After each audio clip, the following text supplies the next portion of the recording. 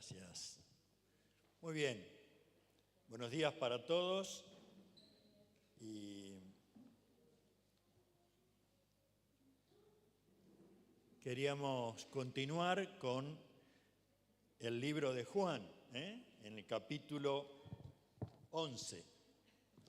Y creo que vamos a poder disfrutar de esa presencia de Dios que se da a través de su palabra. ¿Amén? ¿Sí? Qué bueno que estamos aprovechando el día hermoso para estar aquí, porque había una propaganda hace muchos años que decía, qué hermoso día para comer un asado. ¿Se acuerdan? Bueno, está medio prohibida la cosa, ¿no? Pero seguimos adelante, ¿sí? A ver. En el capítulo 11 de San Juan vamos a encontrar una experiencia muy fuerte para cada uno de nosotros. Yo creo que el tema principal de este capítulo es Jesús es la vida. Jesús es la vida y tiene todo el poder sobre la muerte. Amén.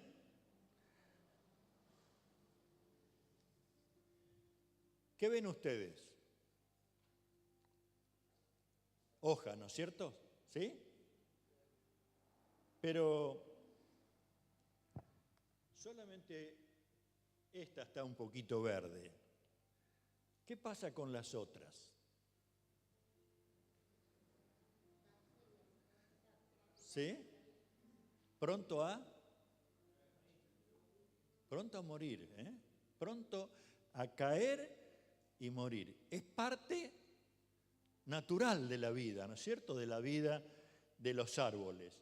Por eso es que el evangelista Juan narra con lujo de detalle este acontecimiento para de esa manera nosotros como hijos de Dios entendamos que la muerte es un proceso natural de la raza humana, ¿sí? En todo lo que es la naturaleza misma y aún los animales. Pero yo creo que también nos damos cuenta, ¿quién compraría una casa pegada al cementerio? Ni loco, ¿no? Bueno, ¿por qué razón? Porque ustedes vieron que la muerte tiene ese aura de superstición, ese sentimiento de temor que nos embarga a lo desconocido, y aún hasta, ¿no podríamos decir que hay una adoración popular? ¿Cuál sería? San la muerte, O sea, hasta se allegó al punto de querer adorar, Y no es que nació ahora. La adoración a la muerte nació de hace muchísimos años. ¿Cuántas personas todavía consultan a los muertos? Pensando de que nos pueden dar una mano, nos pueden iluminar, pueden cargar nuestra energía. Bueno, ¿cuántas palabras que se utilizan en todo ese esquema de la muerte? Pero yo creo que, miren, hasta, ¿recuerdan esa época de pandemia? ¿Cuánta gente murió? Muchísima gente. Y hasta algunos decían, no, pero después que pasemos la pandemia, la sociedad va a ser distinta. ¿Se acuerdan de eso? Sí, vamos a ser mejores. Y nos dimos cuenta que seguimos como sociedad hacia abajo. No hemos cambiado. ¿Por qué?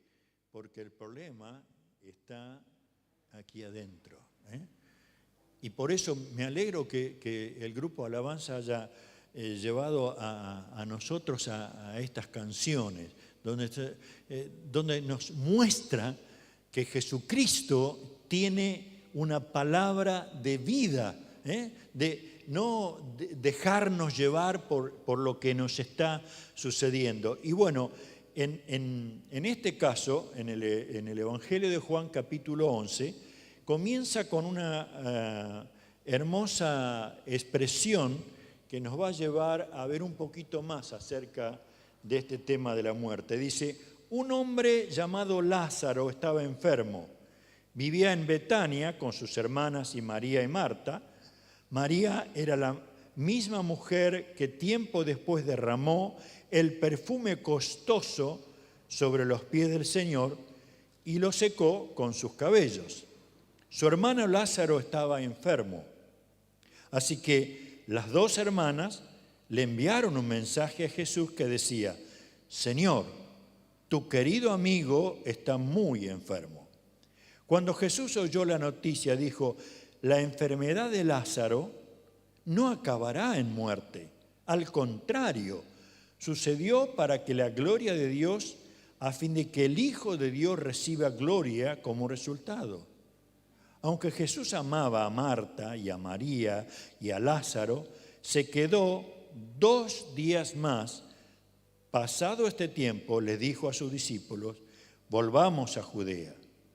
Pero sus discípulos se opusieron diciendo, Rabí, hace solo unos días la gente de Judea trató de apedrearte. ¿Irás allí de nuevo? Esta parte nos muestra de una tremenda necesidad que se originó entre Marta, María y Lázaro. Eran 3 hermanos que vivían juntos, amigos de Jesús de hace mucho tiempo. Ellos vivían en Betania, a unos 3 kilómetros de Jerusalén. Jesús se encontraba como a 45 kilómetros de este lugar, pero no era el lugar lejos que le impedía ir a Jesús. Había algo más. En esta historia, este video de los elegidos que estamos viendo con Mabel, son episodios, y cuando a mí me llamaba la atención, los discípulos estaban ahí desayunando y uno pregunta, ¿dónde está Jesús? No, dice, salió. Y tiene la idea de cuando Jesús se iba de madrugada a orar con su padre, ¿no? Y ellos empiezan a discutir, bueno, tenemos que hacer planes porque no puede ser que no sepamos a dónde vamos, qué vamos a hacer. Y otro dice, sí, está bien, yo le voy a hacer una agenda a Jesús para que de esa manera podamos seguir los planes. Y cuando leía este pasaje nos muestra que Jesús tenía su propia agenda. No la comunicaba, pero él sabía una cosa, hacer la voluntad de Dios era su objetivo. ¿Sí? Y por eso es cuando está esa expresión, tu amigo Lázaro está muy enfermo. Era el mensaje que le mandaban María y Marta, que traducido a nosotros es, tu amigo Lázaro está grave, está muy grave. Él, en una parte, el Señor dice, bueno, esto va a ser para que Dios sea glorificado. Nadie entendió eso de los discípulos. Y a la vez, uno puede ver que, ¿por qué se dirigieron Marta y María a él? Porque estas 2 mujeres conocían los milagros del Señor. Aún estaban conscientes del poder de Dios sobre él. Más adelante podemos ver a una de ellas que unge, dice, los pies del Señor con perfume, rompiendo ese frasco, algo muy costoso. ¿Por qué? Porque había un corazón de adoración al Señor. Pero lo tremendo es que los discípulos no entendían por qué tenían que volver a un lugar donde, como diríamos, tenían condena de muerte para Jesús. Y ellos, al punto que uno de ellos dice, bueno, está bien, vamos así, morimos todos juntos. Y queridos, a ver si podemos despertar en esta mañana a una fe que tenga un sentido profundo en el Señor. Una fe que se activa aún dentro de las circunstancias tan difíciles. ¿Por qué? Porque es ahí donde vamos a ver que Dios se quiere glorificar. En 1 Corintios capítulo 15, el apóstol Pablo dice en el versículo 55 y 57, entonces cuando nuestros cuerpos mortales hayan sido transformados en cuerpos que nunca morirán, se cumplirá la siguiente escritura: la muerte es devorada en victoria. Oh muerte, ¿dónde está tu victoria? Oh muerte, ¿dónde está tu aguijón? Pues el pecado es el aguijón que termina en muerte, y la ley le da al pecado su poder. Pero gracias a Dios, Él nos da la victoria sobre el pecado y la muerte por medio de nuestro Señor Jesucristo. O sea, si algo nosotros podemos llegar a tener activa nuestra fe en el Señor Jesucristo, nos lleva al límite. ¿Por qué? Porque sé que, como decíamos hoy, de estas hojas que en un tiempo eran brillantes, pero comienzan a ponerse de un color y terminan cayendo al suelo y muriendo. Cada uno de nosotros no puede escapar a esa realidad. Uno dice, bueno, pero este es muy anciano. No hay edad. Saben muy bien que no hay edad. No hay estrato social, no, este tiene mucho dinero, así que va a vivir mucho. No, tampoco eso. No es porque no tenga dinero, bueno, este sí, te va a morir como una rata, decimos, ¿no? La muerte toca en un momento que nadie lo espera. Pero debemos llegar al punto de creer que esta palabra es real. Oh muerta, ¿dónde está tu aguijón? Bueno, el pecado trajo consigo la separación de Dios, la muerte física, la muerte espiritual. Pero lo más hermoso de esta palabra que leí, ¿qué es? Dice, Él nos da la victoria sobre el pecado y sobre la muerte.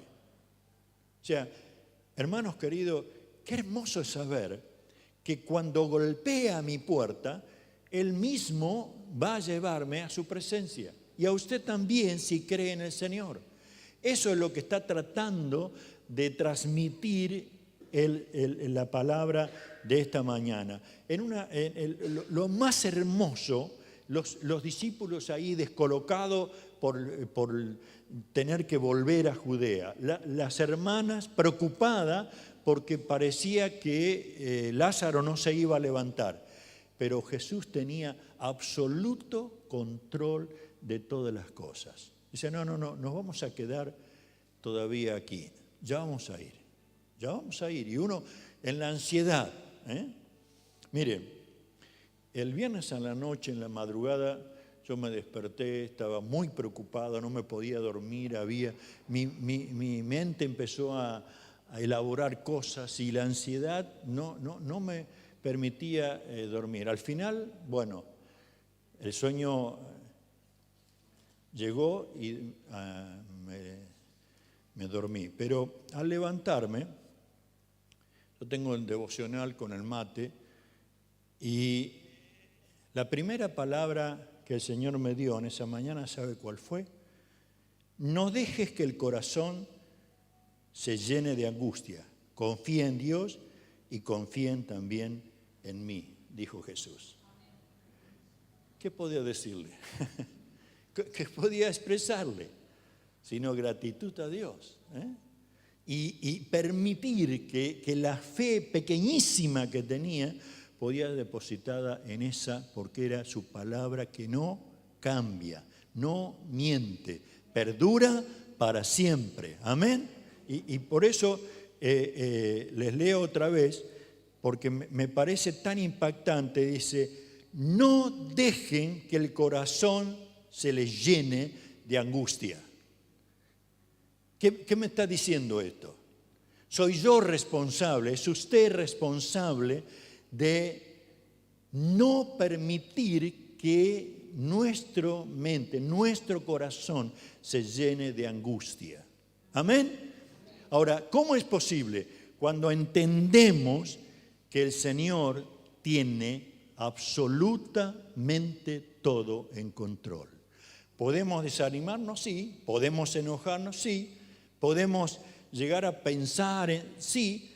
Pero no se llene tu corazón. Ahora, no solamente Él estaba tomando el control de toda esta situación, sino que estaba tratando de tranquilizar a los discípulos y de animarles. Porque vieron que uno dice, no, pero esto no hay que hacerlo. Bueno, pero es parte de la vida pensar, es parte de la vida emocionarse o no, es parte de la vida aunque nos enojemos. Pero cuidado cuando eso trasciende y no nos permite, como decía Mabel, disfrutar del gozo de que el Espíritu Santo está poniendo en nuestras vidas. Hay cosas, sí. ¿Qué pasa cuando un médico nos da un mal diagnóstico? Usted sale, ¡ay, qué bien, qué bien! No. Ahora tengo que hacer un trámite donde me ponen 5 inyecciones por día. Uno contento porque lo pintada. No, al contrario. ¿Qué pasa cuando se produce un accidente? Que me caí o que choqué con el coche. Es difícil esta situación. Lo mismo cuando alguien de nosotros se queda sin trabajo. Cuando de pronto le dice, bueno, mire, hasta aquí llegamos, ya no lo necesitamos más. Todo esto nos golpea, nos pega fuerte. Cuando alguien de la familia comienza a tener inconvenientes de adicciones, de cualquier tipo, y queremos tratar de cambiarle la historia y se impide. Él dice, no, yo esto lo tengo, ¿cómo es que usan la palabra? Tengo el control, sin darse cuenta que el que tiene el control es lo que está consumiendo, la adicción misma. Pero la mentira brota. Ahora, este tipo de cosas, claro que nos pega fuerte. Claro que nos sentimos hasta impotentes, pero lo hermoso es, si Dios en Jesús tiene la victoria aún sobre la muerte, ¿cómo no va a tener victoria sobre las demás cosas? ¿Sí? Ahora no escucho mucho, pero antes decía, bueno, lo único que no tiene solución es la muerte. ¿Sí? No es así. Jesucristo tiene la solución para la muerte. La tiene. Y no es porque Él se puso a estudiar como paso número 1, paso número... No, porque Él personalmente la venció. Cuando las cartas de Pedro dice, descendió a las partes más profundas. Cuando de pronto... esta mujer va a la tumba y se encuentra con el mismo Jesús. Y aunque ninguno podía comprender que se cumplía su palabra, Él trajo a entender que venció la muerte. Él vive, Él vive. Los ángeles se gozan porque Él vive. Los hijos de Dios hoy nos gozamos porque Él vive. ¿Y cuánto más cuando por su Espíritu Santo también vive en nosotros? Amén. Entonces, para ir un poquito más allá en todo este tema, Efesios capítulo 1, versículo 18 al 20, el apóstol Pablo está queriendo dar un paso más allá. Y él trata de orar específicamente para que estas verdades de Dios se introduzcan en nuestro ser, se encarnen. Me quedo sin palabra. Exactamente. No churrasco, dos cosas distintas. Efesios 1, 18 y 20. Pido que les inunde de luz el corazón para que puedan entender la esperanza segura que Él ha dado a los que llamó, es decir, su pueblo santo, quienes son su rica y gloriosa herencia. También pido en oración que entiendan la increíble grandeza del poder de Dios para nosotros, los que creemos en Él.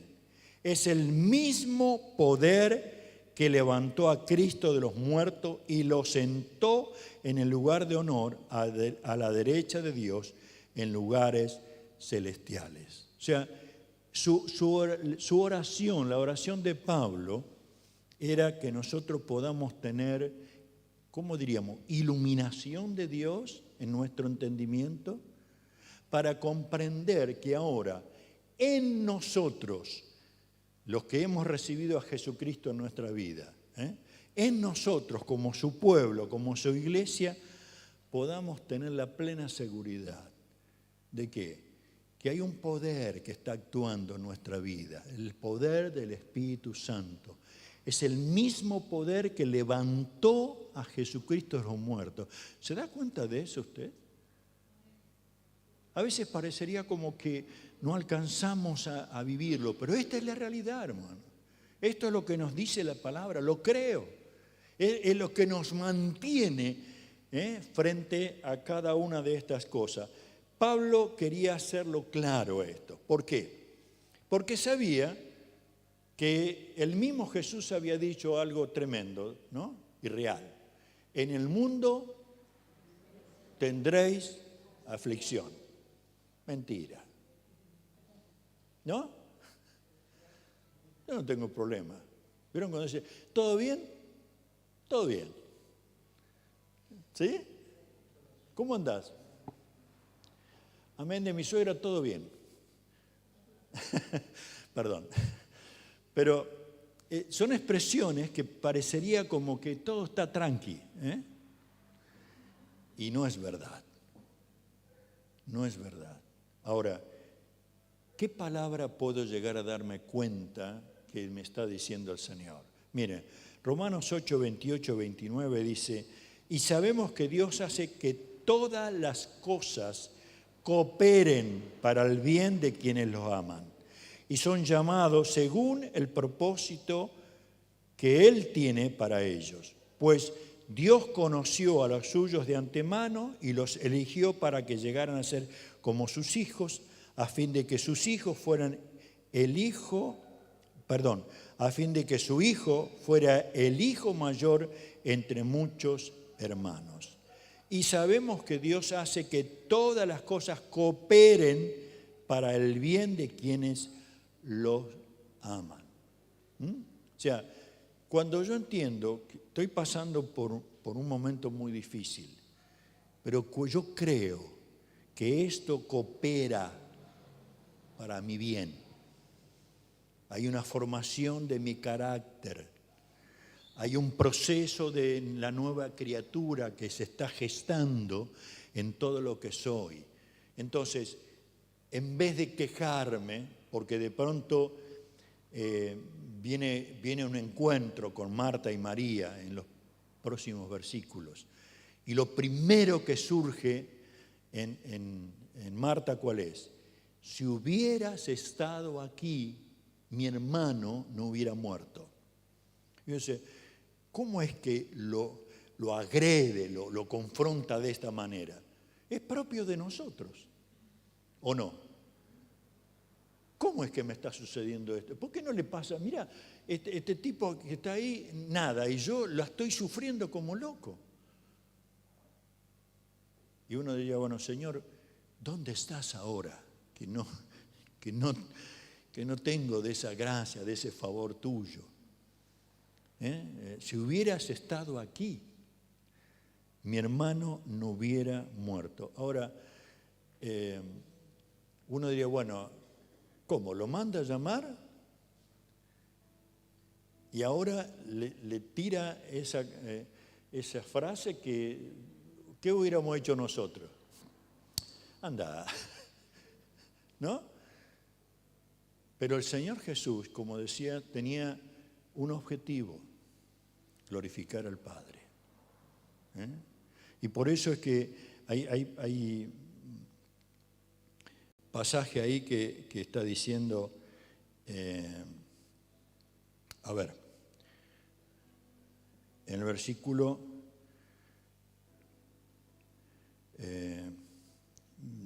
21, ¿no? Marta le dijo a Jesús: Señor, si tan solo hubieses estado aquí, mi hermano no habría muerto. Pero aún ahora yo sé que Dios te dará todo lo que pidas. Y Jesús le dijo: tu hermano resucitará. Es cierto, respondió Marta, resucitará cuando resuciten todos en el día final. Jesús le dijo: yo soy la resurrección y la vida. El que cree en mí vivirá aún después de haber muerto. Y todo el que vive en mí y cree en mí jamás morirá. ¿Lo crees, Marta? O sea, la confrontación se vuelve una declaración que trasciende el yo soy. El yo soy la luz, el yo soy el buen pastor, el yo soy el pan de vida. Acá está, yo soy la resurrección y la vida. O sea, si de pronto, queridos hermanos, nosotros somos conscientes de que vivimos en Cristo, ya está. El temor de la muerte desaparece porque paso a estar con Él en la eternidad. No tengo que hacer absolutamente nada. Pensar, bueno, ¿qué va a pasar? Tan simple.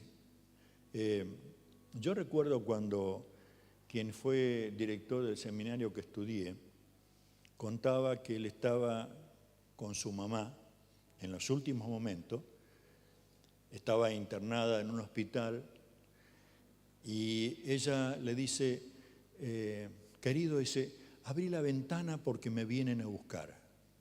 Y él se quedó mirándola. Dice, sí, están los ángeles. Y él abre la ventana, la mira a su mamá y se había cortado. Yo creo que eso es lo que va a pasar con cada uno de aquellos que creemos en el Señor. Él nos viene a buscar en el momento preciso que Él tiene, ni antes ni después. Entonces, qué lindo es que, sí, bueno, estoy haciendo justo lo que Dios quiere. Porque este es uno de los propósitos que tenemos que entender. El objetivo de Jesús, ¿cuál era? Hacer la voluntad del Padre. Cuando usted se levanta, cuando yo me levanto, tengo en mente eso. Hoy es un día que me ha hecho el Señor. ¿Estoy dispuesto a cumplir con lo que Él preparó? O decir, bueno, hoy voy a ver si puedo, cuando se descuide la verdulera, pasarme una manzana para el bolsillo. Bueno, no es el propósito de Dios.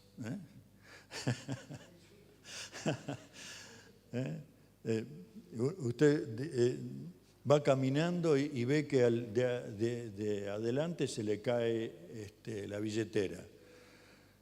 Y entonces mira para todos lados y no ve a nadie. ¿Y qué hace? La pisa, espera que no haya nadie, se agacha y se la lleva. ¿Ese es el objetivo de Dios? No. Y sale y se encuentra con que alguien le chocó el coche. Entonces, de blanco pasa a violeta, porque es el enojo. ¿Quién fue? Sin darse cuenta de que la persona que lo hizo es posible que no haya visto que estaba estacionado. O sea, a ver si podemos entender de que el Señor tiene que enseñarnos a vivir como su Hijo Jesús. Y cada cosa que nos pasa acelera ese proceso o nosotros lo retardamos, de acuerdo a la actitud que asumamos frente a lo que nos está sucediendo. ¿Está bien? ¿Sí? Ahora, el encuentro con María y Marta, en este caso Marta como de costumbre, ahí Ativa fue la primera que salió corriendo y se encontró con Jesús. La casa estaba llena de gente, vecinos, parientes. Es muy raro ver algunos velatorios donde usted va y hay 200 personas, ¿no es cierto? Realmente, causa de trabajo y todo lo demás, la sociedad ha cambiado. Yo recuerdo muy pequeño, allá en el tiempo, en el campo alguien fallecía y usted podía encontrar una pieza que se desarmaba para tener el velatorio. Afuera, y generalmente en las casas que había mucha galería, la gente tomando mate, conversando, y generalmente como atrás de la casa, un fuego y algún lechón o cordero o animal que había sido sacrificado para mantener a ese grupo de gente que iba a estar todo el día o toda la noche. Era propio eso, ¿no es cierto? O sea, había muchísima gente. En este caso, había muchísima gente. Jesús no quiso ir al lugar donde estaban María y Marta y toda esta gente. Se mantuvo alejado un poquito antes de llegar a la aldea. Y por eso es que Marta sale, después viene corriendo, después de la expresión tremenda que el Señor le hace, dice, ¿vos creés esto? Que yo soy la resurrección y la vida. Y ella expresa, sí, Señor, yo creo. Bueno, está ya el corazón de Jesús seguramente que estaba contentísimo. Pero ella regresa y sale María y le hace exactamente la misma pregunta. Pero en este caso no le contesta, sino le dice, bueno, ¿dónde lo pusieron? Y hay un versículo ahí que yo descubrí dos versículos tan cortos como esto. Dice que Jesús llegó al lugar y dice Jesús lloró. ¿Sí? Dos palabritas. Y uno dice, ¿cómo fue esto? Bueno, yo creo que él dio rienda suelta a sus emociones como ser humano. Era un amigo. Pero también yo creo que estaba llorando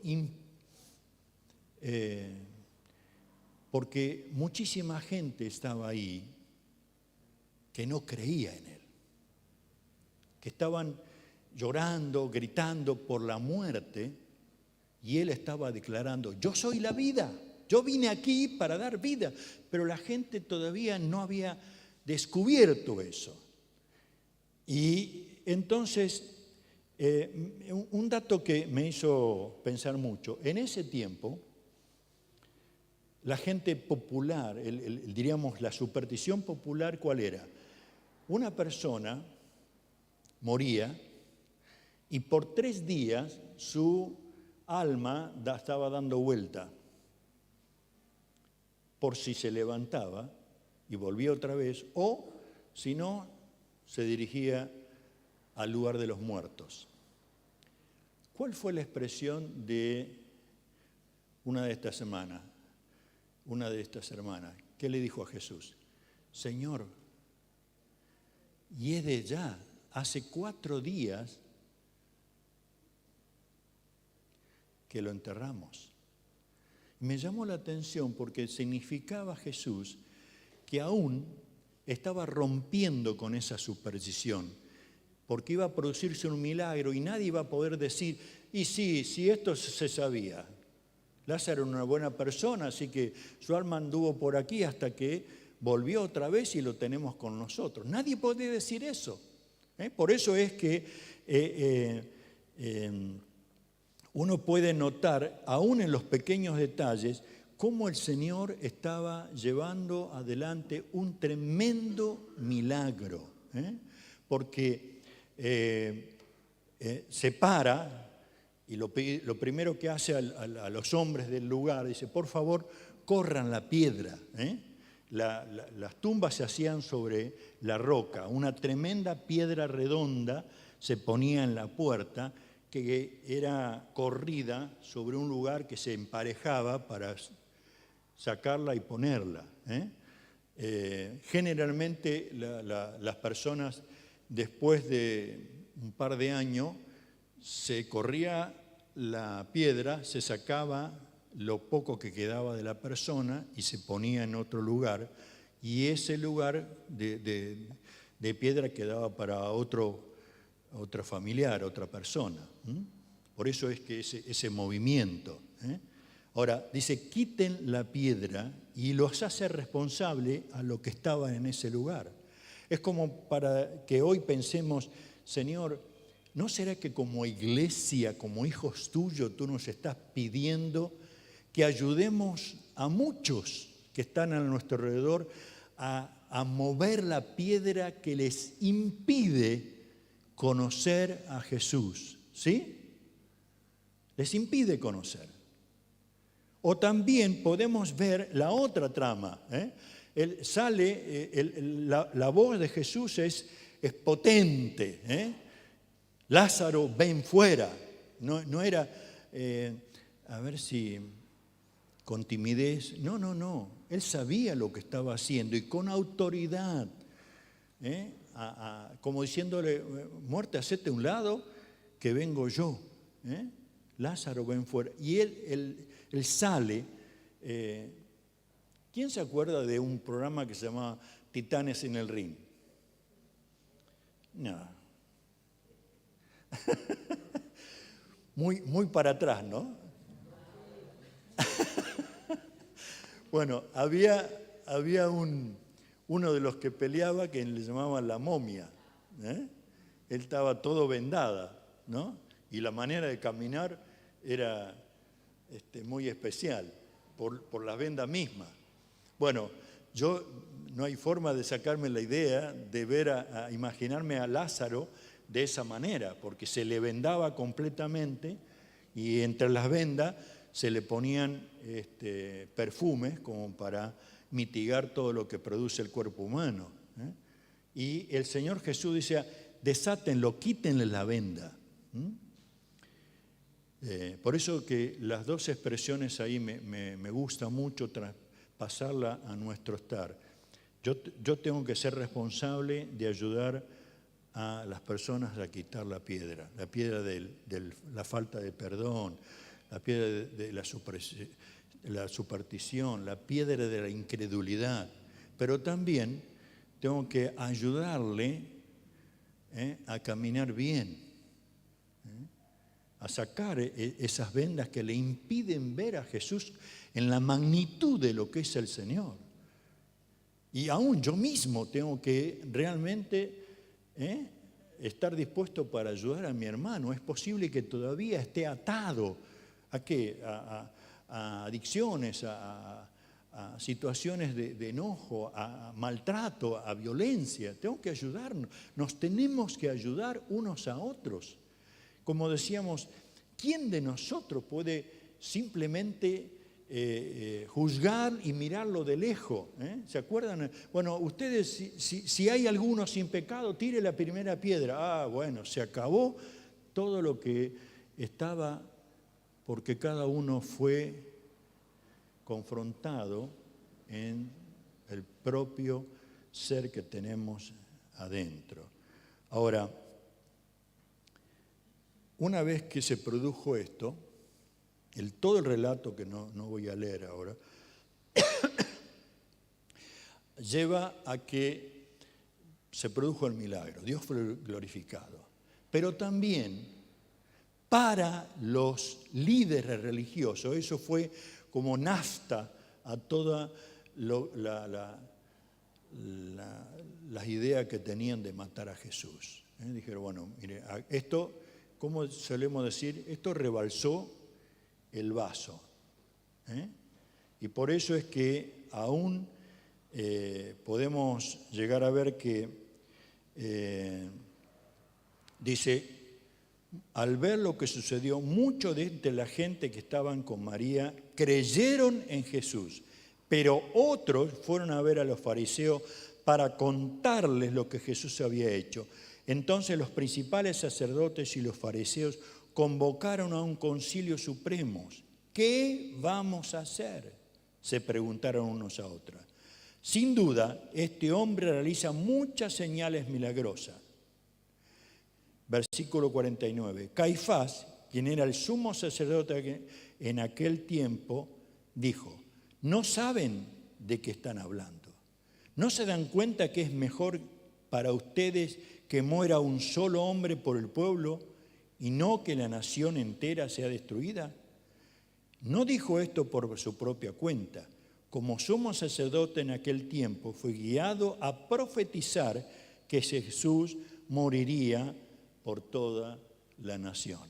O sea, lo que para unos les llevó a creer, este es Jesús, para otros fue nafta para incendiar los corazones de tal manera que querían matar a Jesús. Y miren qué grande, ¿no? Porque Juan se da cuenta de la realidad. Él era sumo sacerdote y profetizó, queriendo no, de que Jesús tenía que ser muerto por todo el pueblo. Queridos, yo creo que como conclusión a todo esto, que es mínimo a lo que podríamos estar estudiando a fondo este pasaje, pero me lleva a primero, frente a las necesidades que tenemos, ¿a quién acudimos? ¿A quién acudimos? ¿A la vecina, a cierta persona que se dedica a curar, a un abogado primero, al televisor para que me muera? Sí, dice. ¿A quién acudimos? ¿Qué les parece si, sin descartar ninguna de estos profesionales, llámese médico, abogado, psiquiatra, psicólogo, lo que usted, sin descartar ninguno de ellos, pero primero acudamos al Señor? Que resuene en nuestra mente, tu amigo Lázaro está gravísimo.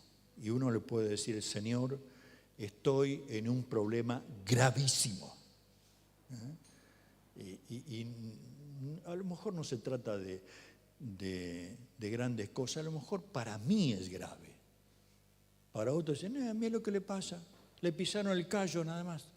No, para mí o para usted puede ser algo grave. Bueno, primero acudamos al Señor. Lo segundo es que tenemos que aprender a manejarnos en la voluntad de Dios y en los tiempos del Señor. Mire, él dice, no, nos vamos a quedar unos días más. Nadie entendió eso, pero la agenda que tenía Jesucristo estaba escrito. Tal día te vas a Betania. Y así lo hizo. Yo tengo que entender los tiempos. Soy como ustedes. A veces quisiera apresurar. No funciona. Y esta quiere tratar, no funciona. Y estos sentimientos, no funcionan. No llenen tu corazón de ansiedad. Y por otro lado, aprendemos que tanto Marta como María, confrontados con Jesús, tuvieron que confesar en quién creían. No es que se molestó Jesús, que ¿por qué? Si hubieras estado acá, mi hermano no hubiera muerto. No se quejó de eso, sino que los llevó. Yo soy la resurrección y la vida. ¿Crees esto? Yo tengo que confrontarme conmigo mismo. Ustedes se imaginan pensar en alguien que ha estado muchísimos años entre nosotros con la iglesia.